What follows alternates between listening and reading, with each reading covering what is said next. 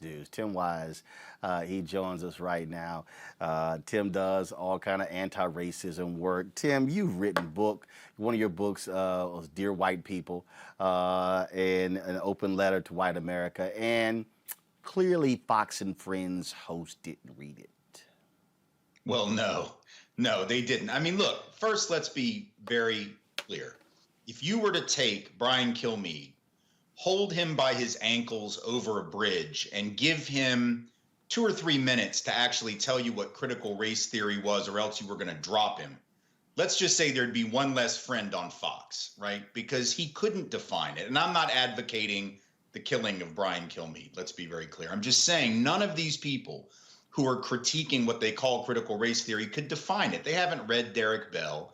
They haven't read Kimberly Crenshaw. They haven't read Richard Delgado. They don't know anything about it.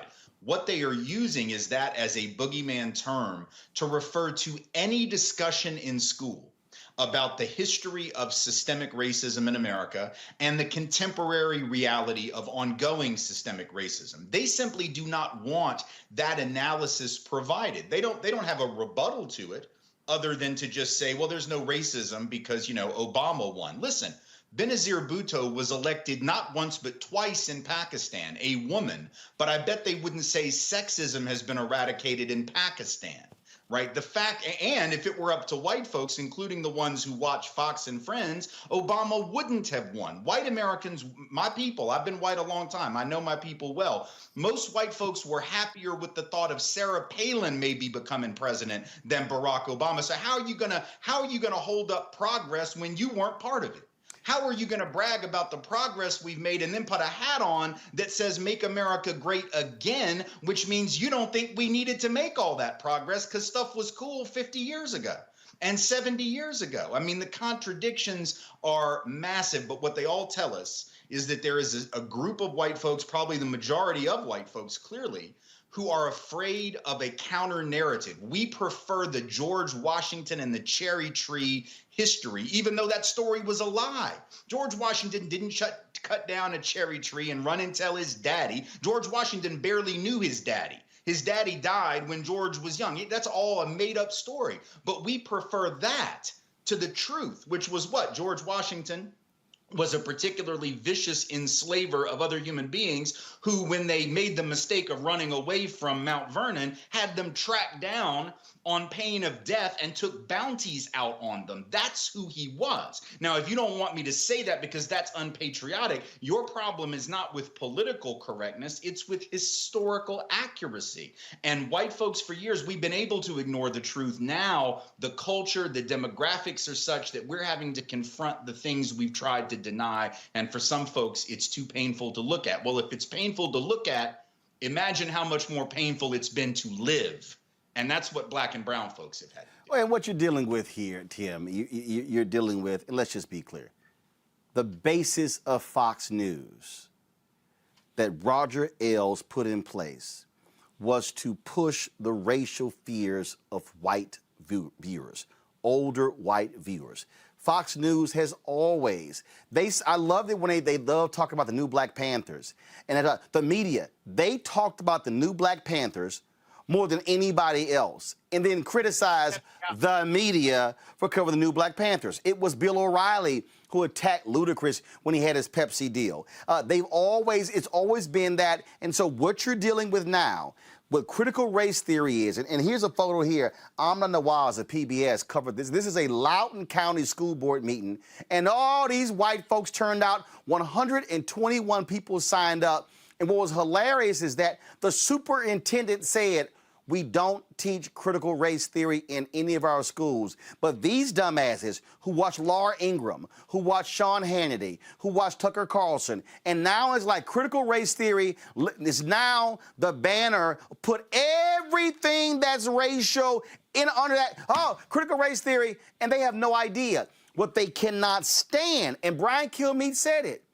They do not like the fact that black people, Latino people, and Asian people, we now get to have an opinion about what it means to be an American. Right.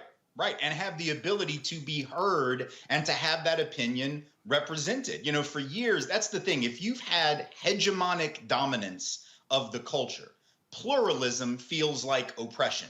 right? And all it is sharing space. All it is saying, listen, we're going to have a bunch of perspectives offered that have been silenced before. That doesn't oppress you. That doesn't marginalize you. If you'd open your mind and your heart a little, it might enrich you. But instead, these folks, I mean, just to give you an idea of how absurd, and I know you know this, in Idaho, there's a lawmaker who got up and gave a talk a couple of weeks ago attacking critical race theory, complaining about the teaching of, get this, not Derek Bell, not Kimberly Crenshaw, not Richard Delgado, To Kill a Mockingbird. Harper Lee. That is like a staple of the American literary canon. And by the way, it's a white savior narrative, and they still didn't like it. Like Atticus Finch is the white dude who comes in to save the black guy. And I won't give away the ending as to whether it works or not in case folk haven't read the book. But I mean, if you can't even accept To Kill a Mockingbird, which is about racism in 1934 Alabama, I think is the year, then and they couldn't, this person got up and said, they're teaching our children that black people have been oppressed. Well, if you can't even accept the idea that black people were oppressed 90 years ago in Alabama, how the hell did you get to 8th grade to the point where they asked you to even read that book? But that's where we're at, because we're so used to being able to silence black people, to silence brown folks, to not have to consider their view, or maybe just sprinkle their view a little bit, season up the dominant narrative with some views from the outside. But the fact that other folks are saying, no, we're going to actually teach our view right there in the middle. We're going to have the 1619 Project reimagine the actual founding and the origins of the country. That's not displacing the dominant narrative. It's saying you got to consider this perspective also. But if you've never had to do that, that feels like the end of the world. It is the definition of fragility. It is the definition of snowflake behavior, which I should point out are also white. And I don't think that's a coincidence. And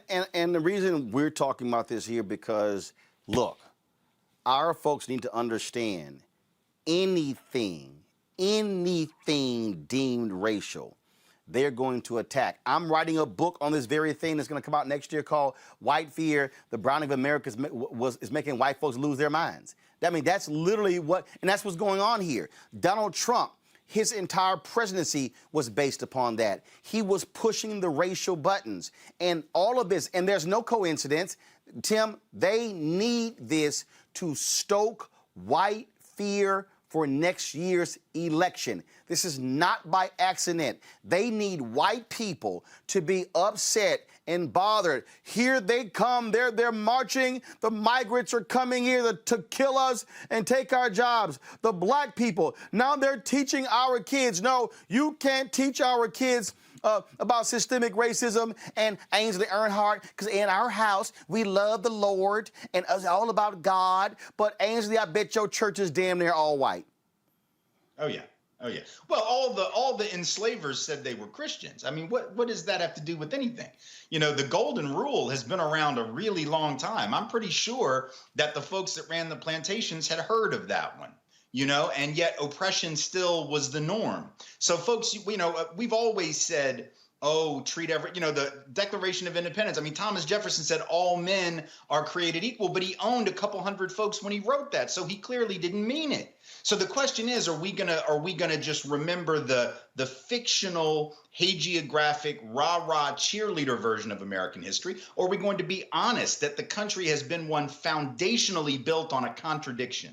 The promise of democracy, but the reality of oppression, the reality of democracy only for a few and marginalization for the rest. And if you can't deal with that, right, then what you're showing is that this country, and especially its white population, is less emotionally mature than folks all around the world who have done a far better job at confronting their history. The Germans have done a better job. The South Africans post-apartheid have done a better job. The Rwandans after the genocide have confronted that history. And here we are a couple hundred years later, and we're still so consumed with the need to be the greatest country ever struck off from the forehead of God Almighty that we're not willing to look at the real damage that we've done, which means that we can't move forward. If you can't confront that pain and that past, you cannot move into the future a proud and confident nation and a pluralistic democracy. And That's what's at stake. This isn't just an academic discussion. And Tim, I wonder how many of those white folks showing up at the Loudoun County School Board meeting,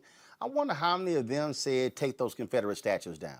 I wonder how many of them said, I'm not going to vote for a party that supports Confederate monuments, that supports these things. You see the idiots who got busted in Texas who were trying to actually, who didn't even know what the hell was in the bill, got thoroughly embarrassed on the floor, and then they of course lost. You know what we're dealing with here is, and I keep telling people, this is not. I keep telling everybody, this was not about Trump. This was about 2043. This is what's going to be happening, not over the next 22 years. By the time we get 2043, we have a nation majority of people of color. This is going to be a 50, 100-year battle because white America has been defined through the prism of whiteness. They have determined the beauty standards, the historical standards. They have determined everything, and what is killing them is, damn, now more of them are on television hosting shows. More of them are in corporate America. More of them are teachers. We now have to put up with them having an opinion. Right. Well, you saw this story the other day out of Ohio, Memorial Day thing, right? Where a 77-year-old retired lieutenant colonel who's white, who just simply said, here's the history of Memorial Day. Turn his mic. Turn his mic. We are not going to hear that. He is not talking about Hudson, Ohio veterans. Turn his mic off. And he was like, it's just the actual history. Right. I mean, if you can't even let the old white dude tell you the truth, then you know you're in trouble, right? They literally were so desirous of not allowing the centering of black people in any way that's positive. They don't mind centering black folks to be critical of black folks. They don't have any problem centering blackness to point out what they consider pathologies in black communities, families, and culture. But if you talk about the contributions of black people to this thing that you consider, basic to your reality, Memorial Day, oh no, we can't hear that. So what that says is you hit it on the head that America is a de facto white nationalist colony and always has been. And the fact that folks now are saying we have to confront and look at that is uncomfortable for them. They deny the foundations of the country and they say that to point them out is anti-white. But what we're pointing to are the things that the founders themselves said. I often point out the very first thing that Congress did after the Constitution was ratified, before they raised taxes. The first thing, number one, go ahead. The first thing they did after the Constitution was ratified, first order of business, the Naturalization Act of 1790. What was that? It said all free white persons and only free white persons could be citizens of this country. So they were basically saying the most important thing we can do, we're not even going to congratulate ourselves on the Constitution. We're not going to get the Army situation figured out, raise money for no, we have to let you know this is a white country. They said it. That's not Derek Bell saying it. That's not Kim Crenshaw saying it. That's not Richard Delgado, and it's not you and I. That's the founders of the country, the first lawmakers that said, yes, this is white. And so if that's what your country's been for hundreds of years and folks actually say, no, really, it was never a white nation. Y'all just thought it was, and you ran it like it was, then that becomes the source of division. And so these folks can say, you're the ones creating the division by bringing this up, but the division is in the Naturalization Act of 1790. The division was in the colonial creation of the concept of whiteness, which didn't exist in Europe before quote unquote white people came here. That's something that was created here. You cannot blame the pushback for the division, because the pushback was in response to the original division. That's what white supremacy is. Tim, go to my computer, the American Legion Department of Ohio, just to show what happens when you act stupid. They've invited that retired lieutenant colonel to give the same speech next week at their Buckeye Boys State, an annual gathering that teaches young men about government. See what happens? Very few people were actually at that Hudson, Ohio Memorial Day event. These idiots are so stupid. They actually made it bigger by turning off his microphone. I got to ask you this, which is last question for you. We've had Jane Elliott on the show, and she's always great. what needs to be happening in white America? What I mean, are we seeing more Jane Elliott's, more Tim Wise's? What should be the and I got white folks who watch this show. They email me, and I appreciate it. I had a white woman who emailed me the other day. She said she's learned more about black folks and about the actual history of America watching our show than she's ever had in her life, and she thanked me for doing this show.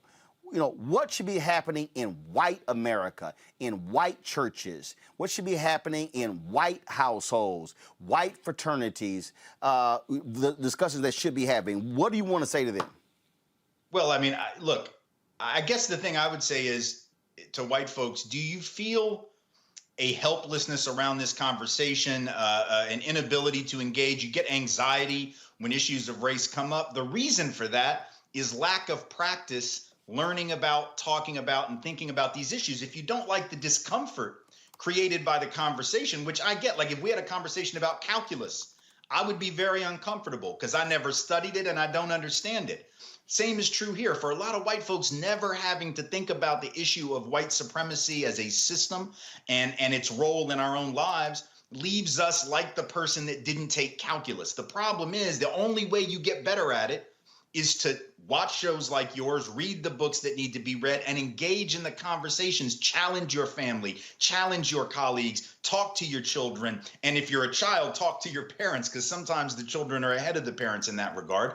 And ask some real fundamental questions about how did this church get to be so white? How did this school get to be so white? Why is this neighborhood so white? These are conversations that I had and with my children. We would talk about this stuff from a very early age. Why are the Disney representations the way that they are? Media messages. What are the messages that kids pick up from all the media that they ingest? There's lots of places to start, but you have to do that if you're going to get the practice necessary to have dexterity in racial conversations and to really be able to do what we call race talk.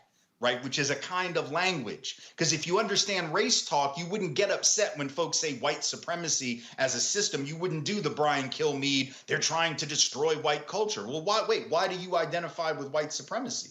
We were just talking about white supremacy. We didn't say Brian Kilmeade. We didn't say anything about you, Brian. Why are you getting defensive? Well, because you don't understand race talk. If you actually had been around black and brown folks talking about race, you would realize it's not personal, this is business.